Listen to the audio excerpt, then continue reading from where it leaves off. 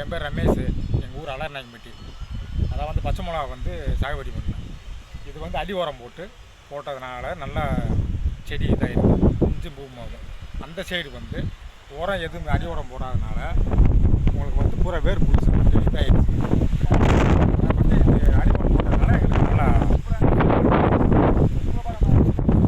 இப்போ நான் ஃபோட்டோ எடுக்கிற வீடியோ வந்து அடி உரம் போட்டது, அதாவது இது இந்தியா க்ரோவில் பூவஸ்ரா க்ரோ மேஜிக் அடி உரமாக அடி உரம் நீங்கள் பண்ணுறது சரிங்களா?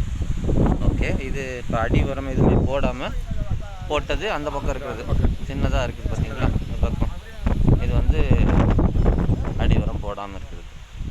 Okay, thank you leader.